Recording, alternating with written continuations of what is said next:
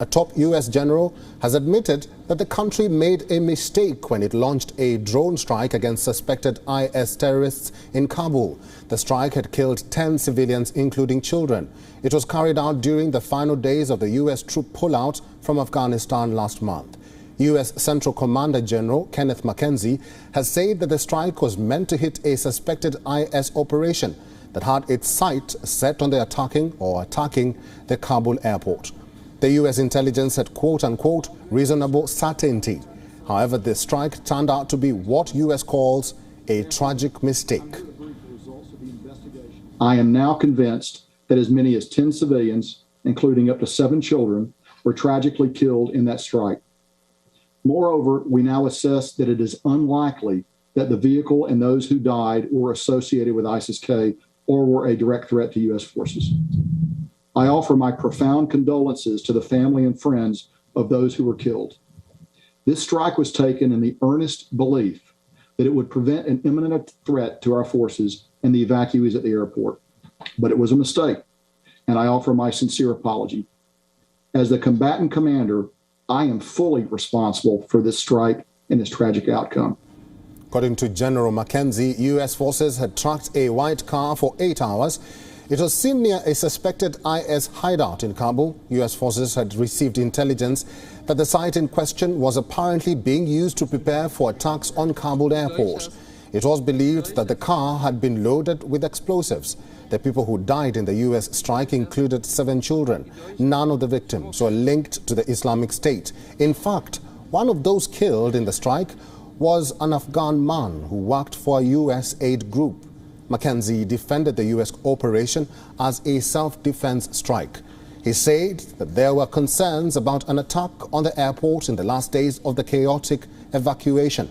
Pentagon and U.S. Defense Secretary Lloyd Austin have also apologized to the relatives of those who were killed. As the Secretary says in this statement, we apologize and we will endeavor to learn from this horrible mistake. And to that end, he has directed a thorough review of the investigation just completed by U.S. Central Command. Remember, on August the 26th, an ISIS-K suicide bomber had killed scores of Afghans and 13 U.S. service members at the Kabul airport. The attack came at a time when many Afghans and foreign nationals were making desperate attempts to flee Afghanistan as they feared the Taliban rule.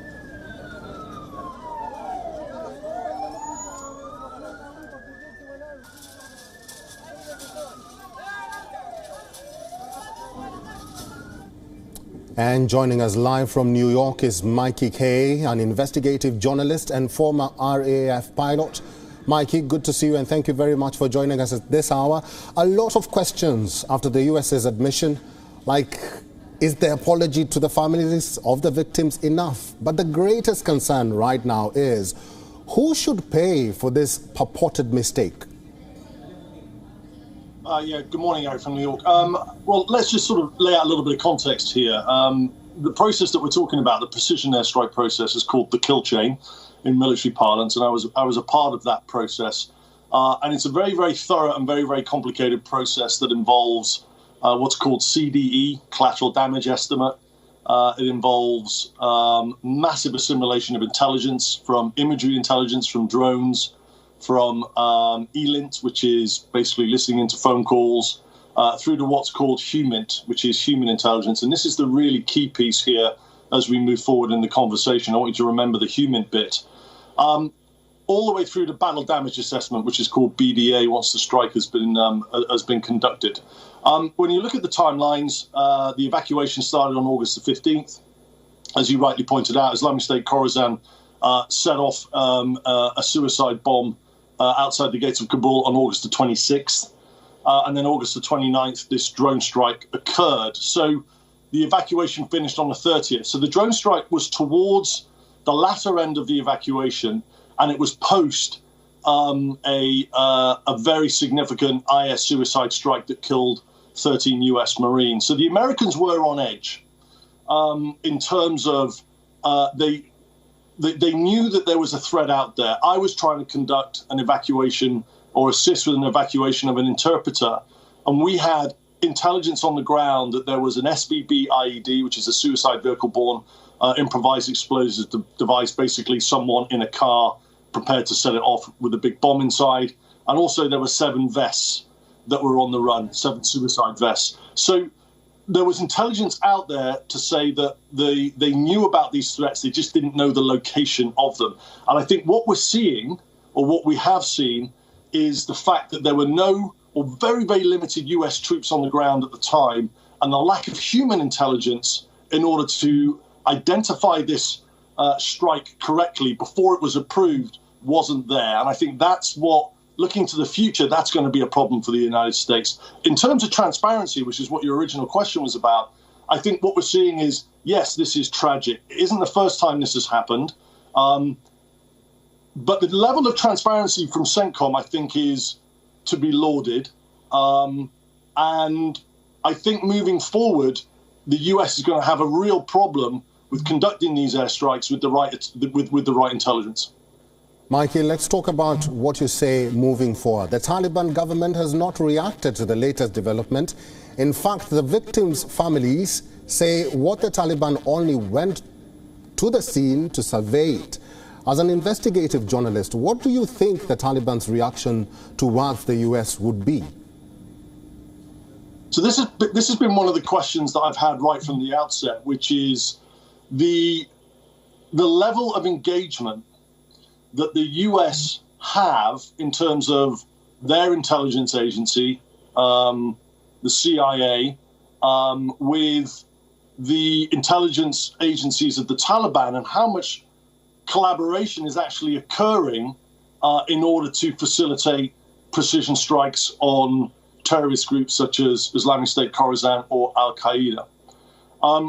There was a very profound statement that came out from SIGAR, which is the inspectorate for Afghanistan, that was effectively the transparency organization of Afghanistan. And one of their big lessons identified from Afghanistan post the pullout was that America could never figure out who its allies were and who its enemies were, because they were constantly changing because of that part of the world and because of the actors, the non-state actors that it was dealing with. So as an investigative journalist, in order for the US has air superiority over Afghanistan at the moment. What that means is it controls the skies. But in order to conduct precision airstrikes that are precision, that are attacking the right threat, they need a level of intelligence that they just will not have without having troops on the ground. Usually there's what's called a Joint Terminal Air Controller, a JTAC, and that person is a American-trained, a lot of the time special forces individual that's embedded with a group of soldiers or a team that can identify the target, put a positive ID, a PID on the target, which will then allow the airstrike to go forward with confidence. Without that JTAC on the ground and without a human on the ground that the Taliban will be able to provide, the Americans are going to really struggle. And they can't afford to do this, to get this wrong again. So I think the big question I would have is how the intelligence is being synergized between the Taliban and the CIA or American drone strikes. Because you've got to remember as well, drone strikes can come from two entities. They can either be approved by the Pentagon, it can be a Pentagon drone strike, or it can be a CIA drone strike, where there's a different level of approval process. But this, for me, was definitely what was called a TST, a time-sensitive target, because the Americans were on edge about another suicide bomb going off outside of Kabul. So they wanted to make sure that they got that, but in this case, they got it horribly wrong. My last question to you, and please make it brief. For the US to react in such a manner and simply apologize for their mistake, what kind of image does that portray to the rest of the world, especially now that Afghanistan is still in crisis? Yeah, I mean, it's $1 million question. I think the fact that you're seeing transparency from the US is something that is positive out of a horrendous incident. I'm not sure Russia would have been so transparent, or China, or even the UK. So there is that piece, but you know, the level of the level of airstrikes that are going to occur inside Afghanistan by the US, I think, will be under question. People will be asking, why are the US even there at the moment? are the US conducting these airstrikes on behalf of the Taliban? Are they conducting it autonomously from the Taliban? If they are autonomous from the Taliban, what's the point? Is there some sort of undefined agreement between the Taliban and the US that the US can still go after terrorist entities inside Afghanistan? I don't know the answers to that, but they're the questions I would be asking. EK, thank you very much for talking to WION. Thanks, sir.